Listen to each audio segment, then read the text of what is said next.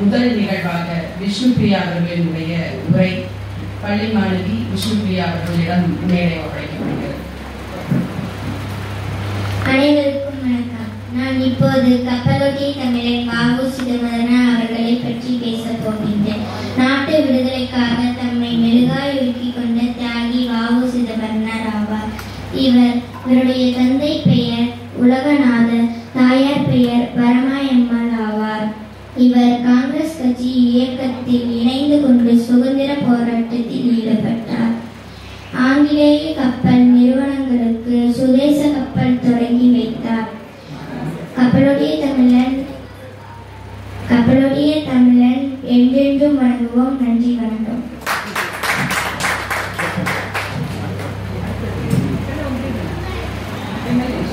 அடுத்ததாக விமலேஷ் அவர்களுடைய உரை.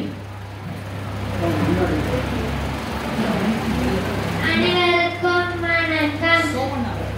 தமிழின் இறைவர் கணித ஏறிய சுளையும் ஒற்றல் கலையிட ஏறிய சாரும் பனிமல ஏறிய தேனும் காற்றும் பாகிட ஏறிய சுவையும் நனிப்பசு பொழியும் பாலும் தென்னை நல்கிய குளிரில நீரும் இனியன என்பேன் எனினும் தமிழ என்னுயிர் என்பேன் கண்டே.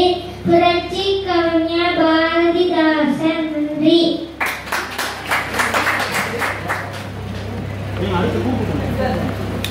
கம்பன் கலைக்கூடத்தினுடைய ஆகச்சிறந்த பேச்சு அப்படின்னு சொன்னா நாங்க எப்பொழுதுமே இந்த மாதிரி மழலைகளுக்கு எப்பொழுதுமே மேடையை அமைத்து கொடுப்பதுதான் எங்களுடைய சிறப்பு.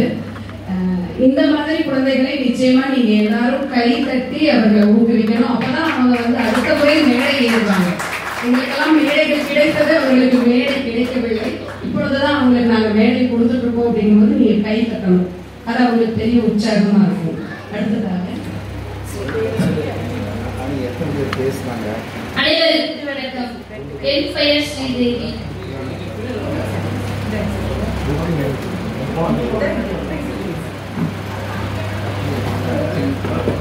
கற்பரமே சிற்பரமே நின்றுதவும் கற்பகமே அற்புதமே செல்வ பெருக்கே செந்தேனே கடலே கனியமுதே கண்ணே கட்டி பசும் பொன்னே கொட்டி வைத்த முத்தே முத்து ரத்தினமே திரண்டமணி பொக்கிஷமே கல்வி களஞ்சியமே கண்ணே பராபரமே கருப்பட்டி இனிப்பே செந்தமிழே உயிரை நறுந்தேனே அவையோரே அதில் பெரியோரே நாளைய வரலாறே இன்றைய மாணவரே உங்கள் அத்துணை பேரையும் சிரம் தாழ்ந்து வணங்கி பேச போகிறேன். என் தலைப்பில் இறங்கி நான் இன்று மகாகவி சுப்பிரமணிய பாரதியாரை பற்றி பேச போகிறேன். பட்டினி கிடந்து பசியால் வழிந்து பாழ்பட நேர்ந்திடும் கட்டி இழுத்து கால்கை முறித்து அங்கம் பிளந்து இழந்து துடித்திரிலும் பொங்கு தமிழை பேச மறப்பேனோ என்று சொன்னவன் மட்டுமல்ல செய்தவன்.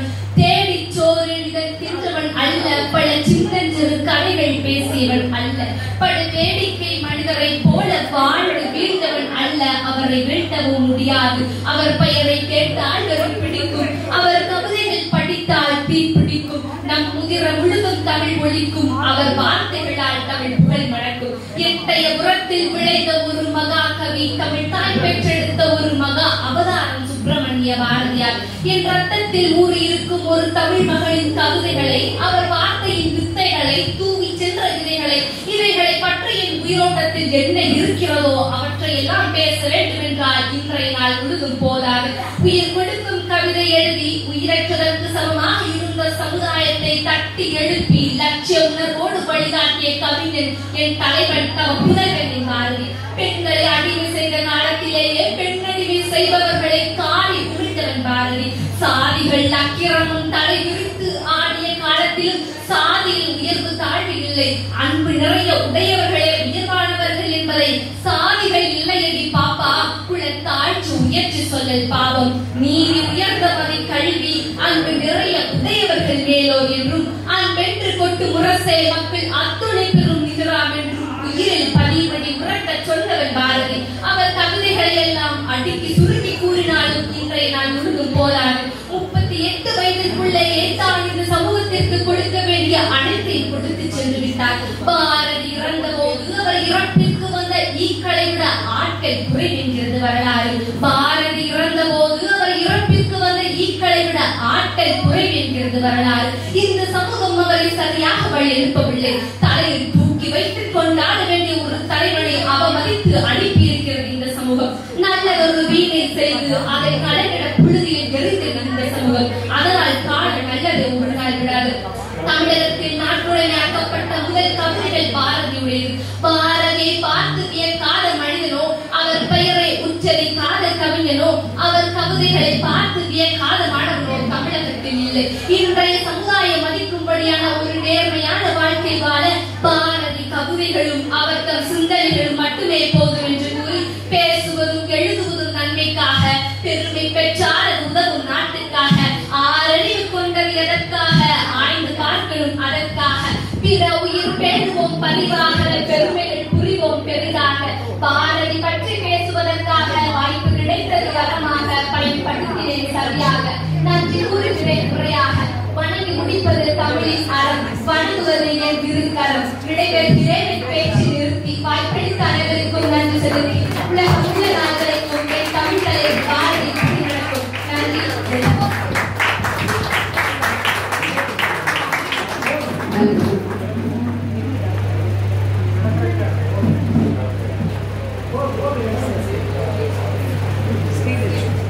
அடுத்ததாக ஸ்ரீலட்சுமி அவர்கள்.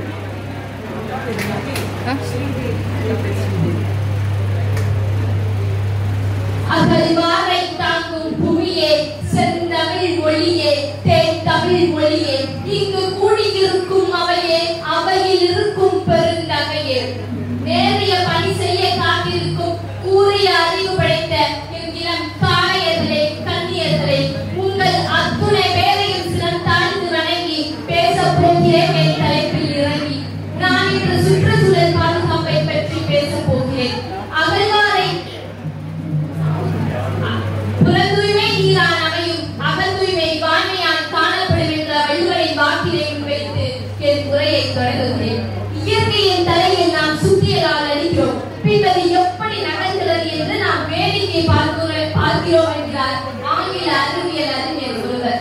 வீடும் நாடும் நமது இருக்கங்கள், வீடானாலும் சரி நாடானாலும் சரி, அதை தூய்மையாய் வைத்திருப்பது நம் கடமை. தூய்மை என்பது சுய நடவடிக்கைகளில் இருந்து வருவது. இதைத்தான் நம் முன்னோர்கள் பூலானாலும் குளித்து குடி, கந்தையானாலும் கசக்கி கட்டு என்று கூறியுள்ளனர். காற்று மாசுபாடு, நீர் மாசுபாடு, ஒலி மாசுபாடு என நமது சுற்றுப்புறம் அநேக மாசுபாடுகளால் சீரழிந்து வருகிறது. இளைஞர்களாக்கி நாம் இதை எப்படி சரி செய்ய முடியும்? கண்டிப்பாக முடியும், நம்மால் மட்டுமே முடியும். சின்னஞ்சிறு செல்லா சிகரெட் பிடிக்குது, சித்தப்பா மார்க்கிட்ட தீப்பெட்டி கைக்குது எனும் நாட்டுப்புற பாடல் கூறுவது போல் மோசமான இளைஞனாக இல்லாமல் நாட்டை காக்கும் இளைஞனாக இருக்க வேண்டும். சுத்தம் சுதந்திரம், சத்தம் சுமை தரும் என்பதை உணர்ந்து விழாக்களிலும் வாகனங்களிலும் அதிக ஒலிபெருக்கிகளை பயன்படுத்துவதை தவிர்க்க வேண்டும். ஒரு முறை பயன்படுத்தும் நெகிழிகளை பயன்படுத்தாமல் கடைகளுக்கு செல்லும் பொழுது ஒரு துணிப்பையை எடுத்துக்கொண்டு செல்ல வேண்டும். பூமிக்கு மேலே நீரை தேங்கவிட்டு நோய்களை பரப்பாமல் பூமிக்கு கீழே நீரை சேமிக்க முயற்சி செய்ய வேண்டும். இதைவிட மிக முக்கியமானது, கட்டுரை போட்டிகளிலும் கவிதைகளிலும் வசனங்களை எழுதுவதை விட நாம் இதை நிஜ வாழ்க்கையில் பின்பற்றுவதுதான் இந்த பூமிக்கு செய்யும் மிகப்பெரிய தொழில். சோம்பேறித்தனத்தாலும் அலட்சியத்தாலும் நாம் செய்யும் சிறு சிறு தவறுகள் நம்மையும் நம் சந்ததியினரையும் எப்படியெல்லாம் பாதிக்கிறது என்பதை தெரிந்து வைத்திருக்க வேண்டும். உண்மையில் ஒரு மனிதனை சுற்றி சுற்றுச்சூழல் எப்படி இருக்க வேண்டும் தெரியுமா? இதோ பாரதி அழகாக எடுத்து வைக்கிறார். 10-12 தென்னை மரம் பக்கத்திலே வேணும், நல்ல முத்துச்சுடர் போல நிலவொளி முன்பு வர வேணும், அங்கு கத்தும் குயிலோசை சற்றே வந்து காதல் பட வேண்டும் என்ற சித்தம் மகிழ்ந்திடவே நன்றாயிரம் தென்றல் வர வேண்டும் என்று. ஆனால் பாரதி இன்று இருந்திருந்தால் பாப்பா பாடலை எப்படி பாடியிருப்பார் தெரியுமா? பல லட்சம் வாகனங்கள் புகையை தள்ளுகிறது பாப்பா, நல்ல முத்துச்சுடர் போல நெகிழிப்பைகள் பளபளப்பாய் இருக்கிறது பாப்பா, அவை பூமிக்கு மேலே நின்று மழைநீரை உள்ளே விடாமல் தடுக்கிறது பாப்பா, பல ஆண்டுகள் மக்காமல் நம் தலைமுறையை கெடுக்கிறது பாப்பா, சாலை ஓரத்தில் மக்கள் துப்பும் எச்சியை எல்லாம் நல்ல நோய்களை தருகிறது பாப்பா. இவற்றையெல்லாம் நாமும் சகித்துக் கொண்டே வாழ பழகிவிட்டோம் பாப்பா என்று மனம் நொந்து பாடியிருப்பார். நாம் அனைவரும் மெல்லிய நூலிழைகளால் இணைக்கப்பட்டிருக்கிறோம். உன்னை துன்புறுத்தினால் அது என்னை துன்புறுத்தும் என்பதை நாம் அனைவரும் உணர வேண்டும். அதற்கேற்றபடி சுற்றுச்சூழலை பாதுகாக்க வேண்டும். சுய ஒழுக்கத்தோடு நடந்து கொள்ள வேண்டும். நெகிழிகளை நாம் அழிக்கவில்லை எனில் அவை நம் தலைமுறையை அழித்துவிடும் என்பதில் கவனம் செலுத்த வேண்டும். புதிதாய் பிறக்கும் இளந்தளிர்கள், நடைவழகும் பிச்சு மலர்கள். நம்பிக்கையுடன் இப்பூவுலகில் சால்வதிக்க பிரபஞ்சத்தின் ஒரே உயிர்கோளும் நமது ஒரே வீடுமான இப்பூவுலகை பத்திரமாய் பார்த்திருப்போம் என்று கூறி, சுட்டாலும் சங்கு வெண்மெதிரும், மிதித்தாலும் பூமி தாங்கி நிற்கும், சபித்தாலும் வான மலைகளுக்கும், வெற்றி கிடைத்தால் அடக்கம் எழுந்து நிற்கும், தோல்வி கிடைத்தாலும் என் பயணம் தொடர்ந்து நிற்கும். முயற்சியும் பயிற்சியும் நம் கையில், முடிவு எப்பொழுதும் இறைவன் கையில். பேச்சின் முடிவில் வணங்குவது என் வழக்கம். வாய்ப்பளித்த அனைவருக்கும் நன்றி, வணக்கம்.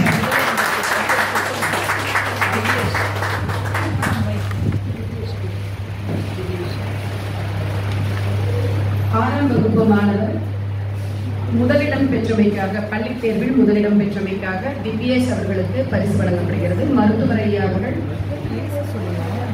திவ்யேஷ்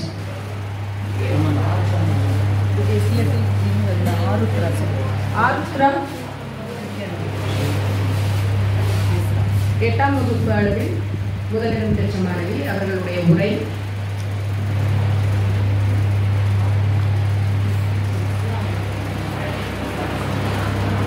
வள்ளுவனின் வாக்கினிலே பிறந்து கம்பனின் கைகளிலே தவழ்ந்து பாவாணரின் பெய்தமிழ் பாசறையில் பெயங்கி விண்ணுலகின் மலையாய்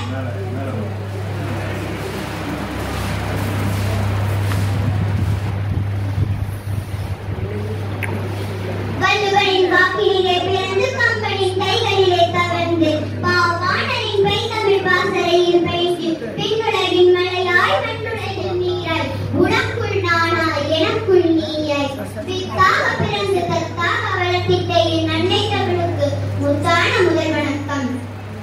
நீரளவே ஆகுமாம் நீளாமை கற்றல், நூலளவே ஆகுமாம் நுண்ணறிவு என்று கற்றறிந்த அவையோர் அனைவருக்கும் என் முதற்கண் வணக்கத்தை தெரிவித்துக் கொள்கிறேன்.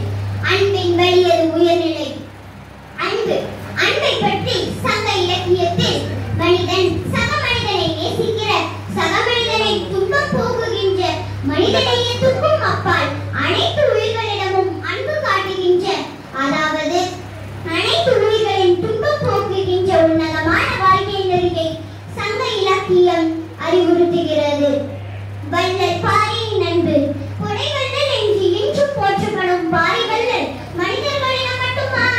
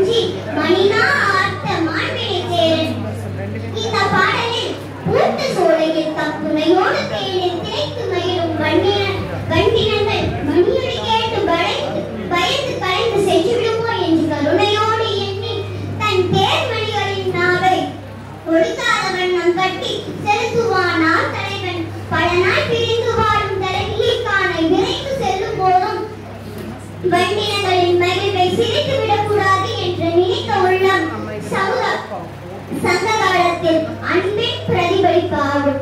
சங்க காலத்தின் குறிக்கோள் பயனுற வாழ்தல் என்பதே மனிதனை பற்றிய வரலாறு. பிறந்தான், உண்டான், உறங்கினான், இறந்தான் என்று தொடங்கி முடிவதென்று வாழ்க்கையை வாழ்பவனுக்கும் அவரை சார்ந்த பிறருக்கும் பயனுள்ளதாக இருப்பதையே சங்க இலக்கியம் அறிவுறுத்துகிறது. மனிதநேயத்தையும் தாண்டி அனைவரிடமும் அன்பு காட்டுகிறாரோ மக்களின் உயர்ந்த நெறியை சங்க இலக்கியம் நமக்கு அறிவுறுத்துகிறது. அன்பை பற்றி புறநானூறு தன் ஏழ்மை நிலையை பெருஞ்சித்திரன் என்ற புலவன் குமணவள்ளலிடம் கூறுகிறார். குமணனோ இதை கேட்டு பெரும் செல்வத்தை புலவனுக்கு கொடுத்து அனுப்புகிறார்.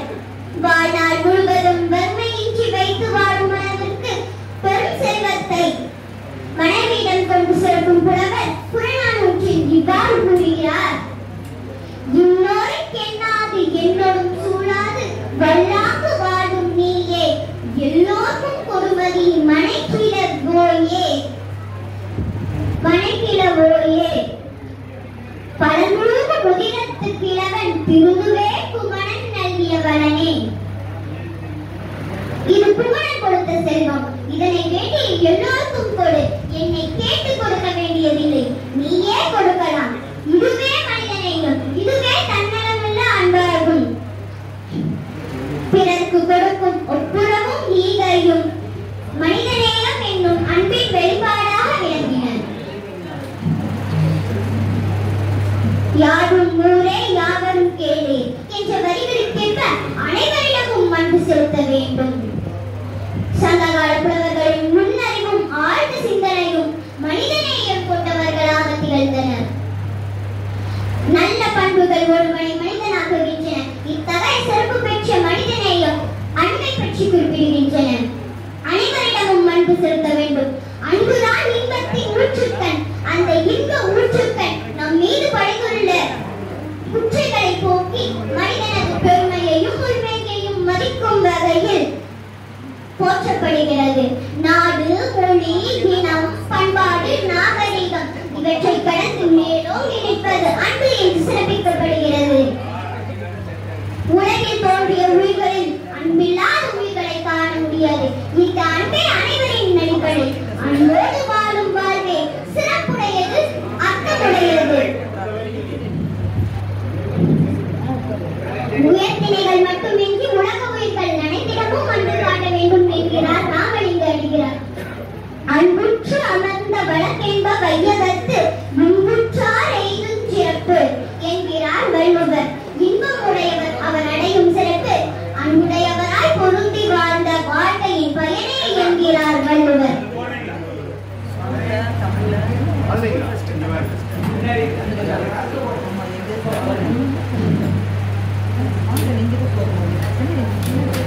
அன்னை தெரேசா தனது 18ஆம் வயதில் வெளிநாட்டில் இருந்து இங்கு வரும்பொழுது அவரிடம் இருந்த ஒரே சொத்து அன்பு மட்டும்தான். தன்னலமற்ற சேவையாற்றி இப்பூவுலகையே தன் அன்பினால் தன் வயப்படுத்தினார் அன்னை தெரேசா. தொட்டால் ஒட்டிக்கும் தொழுநோயாளிகளை கூட தன் கைகளால் அரவணைத்து ஆறுதல் அளித்தவர் அன்னை தெரேசா. அவரது பொன்மொழிகளில் சிறந்தது உதவும் கரங்கள் பிரார்த்திக்கும் முதல்களை விட சிறந்தது என்பதாகும். இலக்கியம் என்னும் வானில் எத்தனையோ விண்மீன்கள் இருந்தாலும் சூரியனுக்கு நிகராக திகழ்வது திருக்குறள். 2 அடியில் இவ்வுலகிற்கு தேவையான அனைத்து கருத்துக்களையும் 1000 ஆண்டுகளுக்கு முன்பே படைத்தாரே என் பாட்டன் வள்ளுவன். அன்பின் வலியது உயர்நிலை அவ்விலாருக்கு என்பதோர் போர்த்த உடம்பு என்று கூறி வாய்ப்புக்கும் செவி சாய்ப்புக்கும் நன்றி கூறி விடைபெறுகிறேன். நன்றி, வணக்கம்.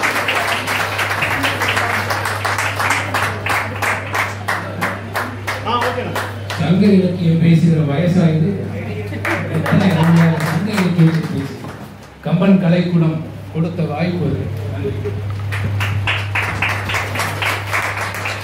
2 அடி இருந்து கொண்டு 2000 ஆண்டு கால வரலாற்றையே பேசிவிட்டு சென்றிருக்கிறார். அடுத்ததாக சர்ஜனா. சர்ஜனா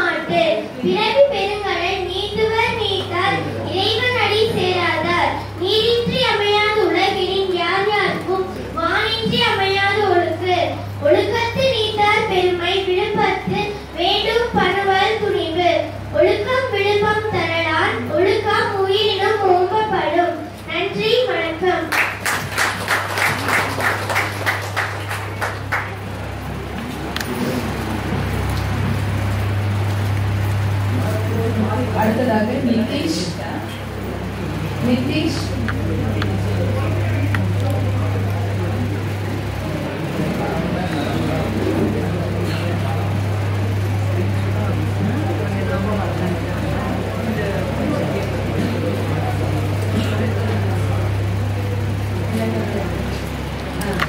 அனைவருக்கும் என் முதல் வணக்கத்தை தெரிவித்துக் கொள்கிறேன். என் பெயர் நிதிஷ். மரத்தை வெட்டினோம், புவியை வெப்பமாக்கினோம், நெகிழியை புதைத்தோம், மண்ணில் வளமையை குறைத்தோம், ஓசோனில் ஓட்டையிட்டும் ஓயவில்லை மண்ணில் மாசோட்டம். எனக்கு கொடுக்கப்பட்ட தலைப்பு சூழல் பாதுகாப்பு அனைவரின் பொறுப்பு. மணிநீரும் மண்ணும் மலை மணியினர் காடும் உடையது அரண். இக்குறளில் வள்ளுவர் வளமான சுற்றுச்சூழலை மனிதர்களை அவசரம் போல் பாதுகாக்கின்றது கூறுகிறார்.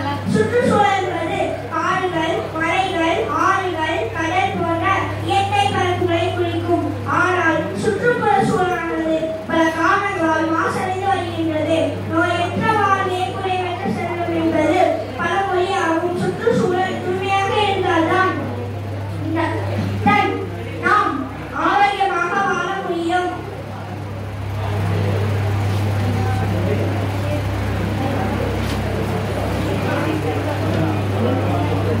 சுத்தமான காற்று, தண்ணீர் மற்றும் உணவு ஆகியவை நம் வாழ்க்கைக்கு இன்றியமையாதவை. சுற்றுச்சூழலை பாதுகாப்பது நாம் ஒவ்வொருவரின் முக்கிய கடமையாகும். இயற்கையை நேசிப்போம், செயற்கையுடன் வாழ வேண்டுமா என யோசிப்போம். பசுமையான பூமி விளையாட்டு தரும் சிறந்த வாழ்க்கை என்ற பொன்மொழிக்கேற்ப மரம் நடுவது, காடுகள் வளர்ப்பது, சுத்திகரிக்கப்பட்ட கழிவுகளை வெளியேற்றுவது இவற்றால் மட்டுமே சுற்றுச்சூழலை பாதுகாக்க முடியும். எனவே இனியாவது திரும்புவோம், மாசில்லா சுற்றுச்சூழலை உருவாக்குவோம். நாட்டின் தூய்மை நமக்கெல்லாம் பெருமை என்ற பொன்மொழிக்கேற்ப மரம் நடுவோம். நாம் அனைவரும் வீடு மற்றும் சுற்றுப்புறத்தை தூய்மையாக வைத்துக் கொள்ள வேண்டும். மரநடுதல், நெகிழி ஒழிப்பு, மக்கும் மற்றும் மக்காத குப்பையை பிரித்தல், பொது போக்குவரத்தை பயன்படுத்துதல், நீரை மின்சாரத்தை சிக்கனமாக பயன்படுத்துதல் போன்றவற்றின் மூலம் சூழலை பாதுகாக்க வேண்டும். மேலும் காடுகளை பாதுகாப்பதன் மூலம் நாட்டை பாதுகாக்க முடியும். செயற்கையை விரும்பி இயற்கையை அழிக்கின்றோம். அழிவது இயற்கை மட்டுமல்ல, நம் வாழ்க்கையும் தான். இயற்கையின் அழகு மரம், அதை அழியாமல் காப்பதே அறம். எனவே மரம் நடுவோம், மழை பெறுவோம், மாசில்லா சுற்றுச்சூழலை உருவாக்குவோம். எதிர்கால சந்ததியினருக்கு அழகான பூமியை பரிசளிப்போம் என்று கூறி வாய்ப்புக்கு நன்றி தெரிவித்து எனது உரையை நிறைவு செய்கின்றேன். நன்றி, வணக்கம். விழாவின் நேரம் கருதி அவ்வளவு விரைவாக முடித்திருக்கிறார் என்று நினைக்கிறோம். 6ஆம் வகுப்பு மாணவர் அடுத்ததாக திவ்யேஷ். குயிலன்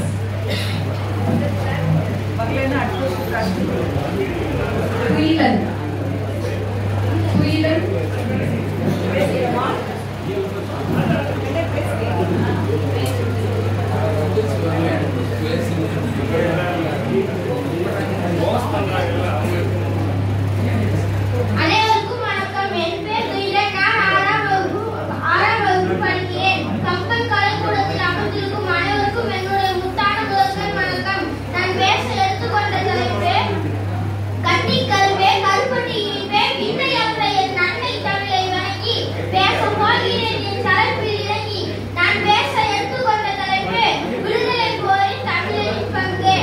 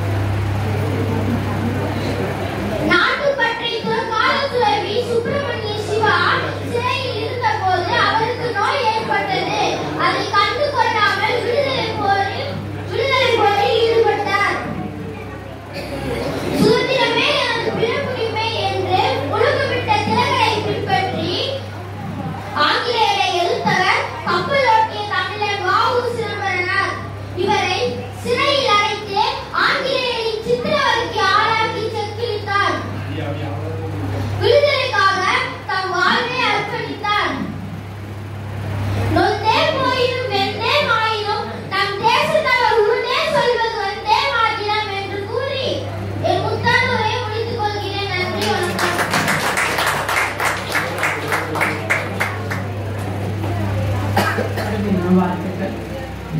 ஹரண்யா ஜே 8ஆம் வகுப்பு. ஹரண்யா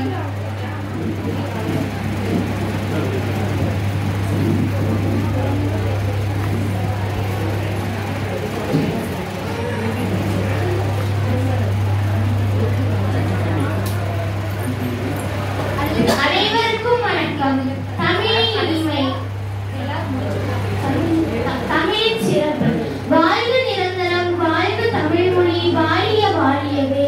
வானம் மலர்ந்தது, அனைத்தும் மலர்ந்திடு, வன்மொழி வாழியவே. ஏற்கடல் வைப்பிலும் தன்மனம் வீசி இசை கொண்டு வாழியவே. எங்கள் தமிழ் மொழி, எங்கள் தமிழ் மொழி என்றென்று வாழியவே. திருக்குறள். கற்ப கசடர கற்பவை கற்ற பின் நிற்க அதற்கு தர. துப்பார்க்கு துப்பாய துப்பாக்கி, துப்பார்க்கு துப்பாய தூவும் மலை.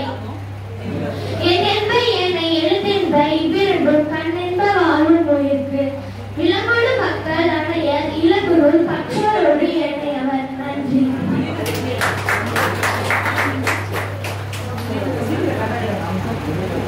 ஸ்ரீருத்ரா. ஸ்ரீருத்ரா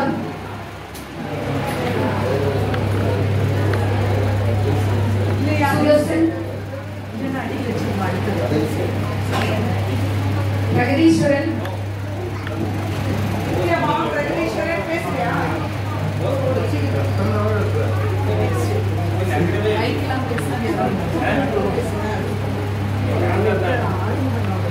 என் தாய் மொழியான தமிழ் மொழியை வணங்கி அவையோர் அனைவருக்கும் என் முத்தான வணக்கத்தை தெரிவித்துக் கொள்கிறேன்.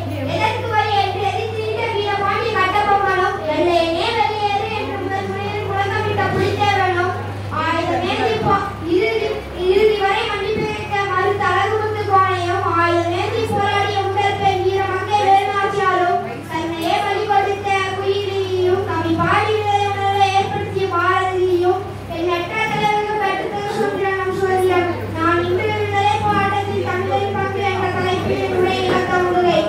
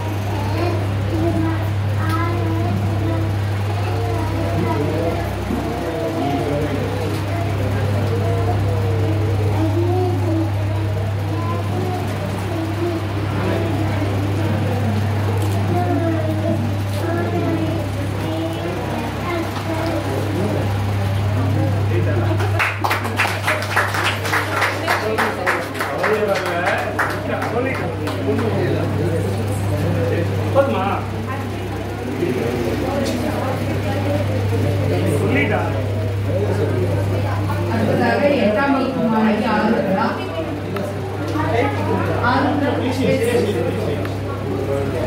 திவ்யேஷ்,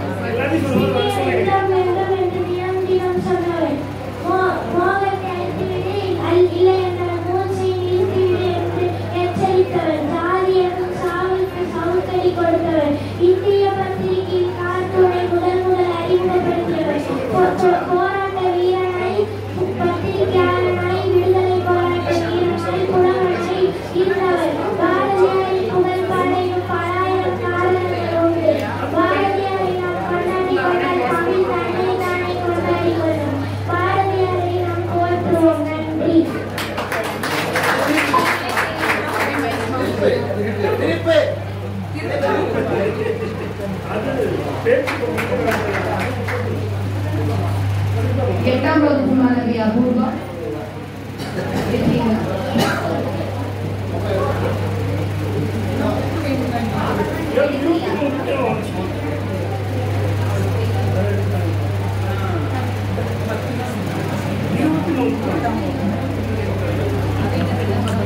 நாடெல்லாம் பள்ளுபணி நகல் எடுக்கும், நகரெல்லாம் கம்பனது புகழ் படிக்கும், ஏடெல்லாம் இளங்கோவி நிழல் பதிக்கும், எழுத்தெல்லாம் பாரதியை படம் பிடிக்கும், எட்டு திக்கும் தமிழின் புகழ் மணக்கும், தேனும் இங்கே செந்தமிழுக்கு என் முதல் வணக்கம்.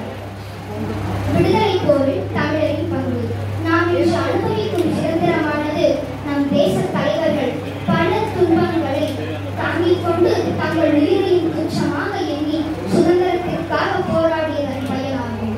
அடிமை இந்தியாவின் அவலங்கள் தெரிய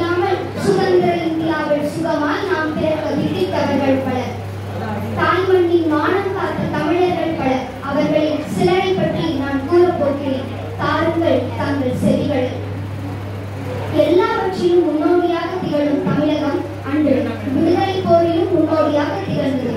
ஒன்றுபட்டால் உண்டு வாழ்வு, ஒற்றுமை நீங்கிடில் அனைவருக்கும் தாழ்வு என்பதை அக்கால மன்னர்கள் நன்கு உணர்ந்திருந்தனர். கல்லால் வேலியிட்டால் களையளவு கெடுமென்று நெல்லால் வேலியிட்டு நெல் வளர்த்த நெல்லை சீமையிலே நெற்கெட்டான் செவ்விலிருந்து வெள்ளையினே வெளியேறு என முதல் குரல் புலித்தேவன் கொடுத்தார். ஆங்கிலேயரின் பீரங்கிகளை கண்டு கலங்காத கயற்காற்றி விடுதலை போருக்கு தன் தலையே தந்த வீரரும் ஆவார். வானம் பொழிகிறது, பூமி விளைகிறது, நாங்கள் ஏன் கட்ட வேண்டும் வரி என்று உரிமை குரல் எழுப்பினார் வீரபாண்டிய கட்டபொம்மன். நேருக்கு நேர் நின்று போருக்கு வாம் என்று பரங்கியரை எதிர்த்தார் வீரமங்கை வேலுநாச்சியார். ஆங்கிலேயரின் சிம்ம சொப்பனமாக விளங்கினார் வீரன் தீரன் சின்னமலை. அந்நிய பொருட்களை அனுமதிக்க மாட்டோம் என்று தன் சொத்துக்கள் முழுவதையும் விட்டு கப்பல் வாங்கி சுதேசி கப்பல் நிறுவனம் நடத்தினார் வ.உ.சி. அவர்கள் ஆங்கிலேயரின் ஆட்சி முறைக்கு ஆட்பட்டு சிறைப்பட்டு கல்லடிப்பட்டு இழுத்த செம்மலானார். ஊர் ஊராக நடந்து தன் மிக்க பேச்சு திறனால் அனைவருக்கும் விடுதலை உணர்வை ஏற்படுத்தி வெள்ளையரை கதி கலங்க வைத்தார் சுப்பிரமணிய சிவா. ஓடி ஆடி திரிய வேண்டிய தம் இளமை வயதில் நாட்டின் கொடிக்காக போராடி தன் உயிரையே இழந்தார் கொடிக்காத்த குமரன். அன்றும் இன்றும் வீரர்களோடு தீரர்களோடு ஒன்றிணைந்த நாட்டின் விடுதலைக்காக தன் வாழ்நாள் முழுவதும் தியாகம் செய்த மனிதர்கள் அனைவரும் தியாகிகள் தான். பின்னிலே மின்னிக் கொண்டிருக்கும் எங்களின் வீர தலைவர்களுக்கு வீர வணக்கம். எல்லையிலே தொல்லை தவிர்த்து இல்லங்களில் இன்பமாய் வாழ வழிகாட்டும் எங்களின் தமிழக வீரர்களுக்கு வீர வணக்கம். செந்நீரும் பன்னீரும் விட்டு வளர்த்த சுதந்திரத்தை காப்போம், சுகமாய் வாழ்வோம். வாழ்க பாரதம், மணி திருநாடு.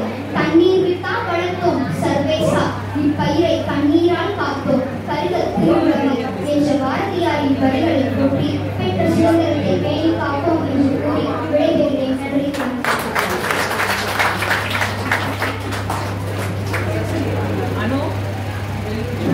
சஷ்டி 9ஆம் வகுப்பு மாணவர் சஷ்டி. சஷ்டி இருக்கியமா? முத்தையா. முத்தையா. இந்த நெக்ஸ்ட் அந்த பாப்பா baby Niranjana. Baby Ranjana. Baby Ranjana. Baby Ranjana. வாங்க வாங்க சீக்கிரம் வாங்க.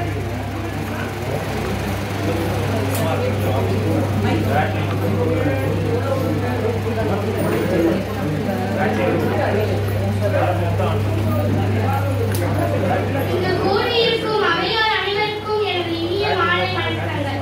நான் இன்று பேச எடுத்துக்கொண்ட தலைப்பு இந்திய விடுதலை போராட்டத்தில் தமிழர்களின் பங்கு. இன்று நாம் அனுபவிக்கும் சுதந்திரமானது நம் தேச தலைவர்கள் பல இன்னல்களை தாங்கிக் கொண்டு தங்கள் உயிரையும் துச்சமாக எண்ணியதன் பயனாகும். அதற்காக அவர்கள் பட்ட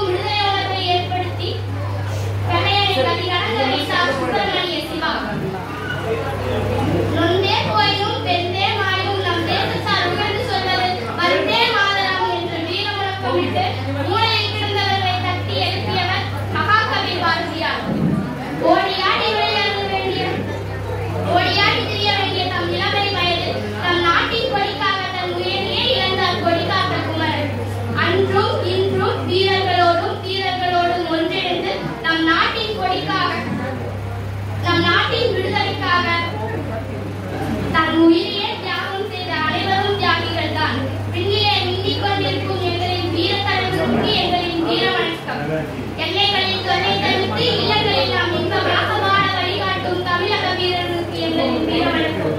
செந்நீரும் பன்னீரும் விட்டு வளர்ந்த சுதந்திரத்தை காப்போம், சுகமாய் வாழ்வோம், வாழ்க மனம், வாழ்க பாரத மணித்திருநாடு.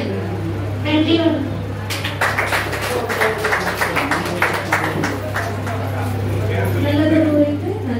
அடுத்தபடியாக திருக்குறள் கோபிகா அவர்கள்.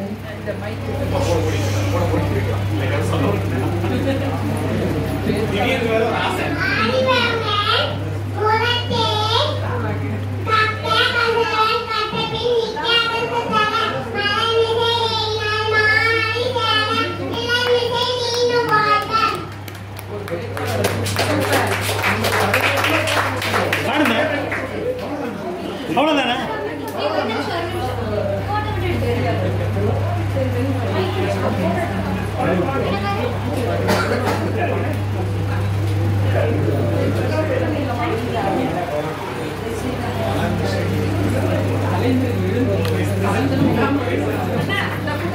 இன்னொரு பாப்பா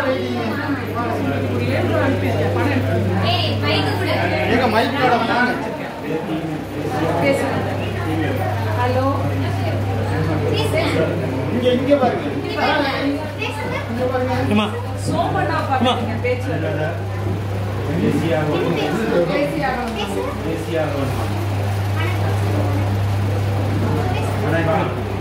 வணக்கம் சொல்லுங்க. வணக்கம் சொல்லுங்க. வணக்கம்.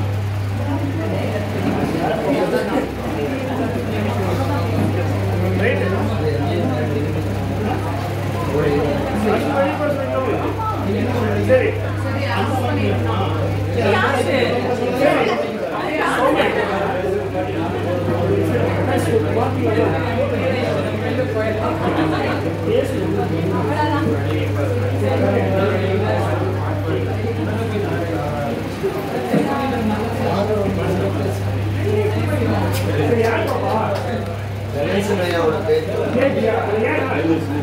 வணக்கம். வணக்கம். காந்தி ஜெயந்தி வாழ்த்துக்கள். சொல்லு. காந்தி ஜெயந்தி வாழ்த்துக்கள். பூஜா தின வாழ்த்துக்கள். சொல்லு. வணக்கம் சொல்லிடுறேன். வணக்கம். வணக்கம். போது போது.